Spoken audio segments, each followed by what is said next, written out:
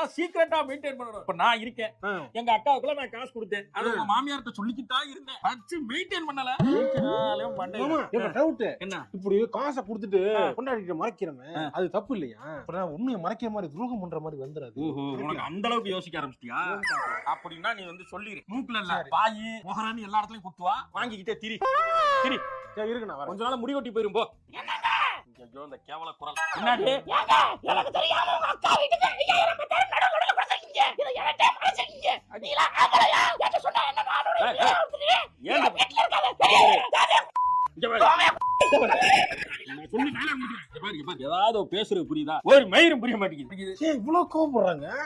இவளுக்கு எப்படி நான் எங்க அக்காவை காசு கொடுத்த மாதிரி தெரிஞ்சு? நான் தான் சொன்னேன் போயிட்டு அவகிட்ட கேட்டுட்டு இருந்தேன், என்ன மாப்பிள்ளாங்க இந்த மாதிரி மாமா கொடுத்துருக்காரா, உங்ககிட்ட சொல்லலையாமல, நீங்க கூப்பிடாம எப்படி இருக்கீங்க அவங்க சொல்லிட்டாங்கன்னு சொன்னேன். மாப்பிள்ள, அதாவது உங்க அத்தை கிட்ட போய் எல்லா மேட்டரும் சொல்லிக்கலாம்.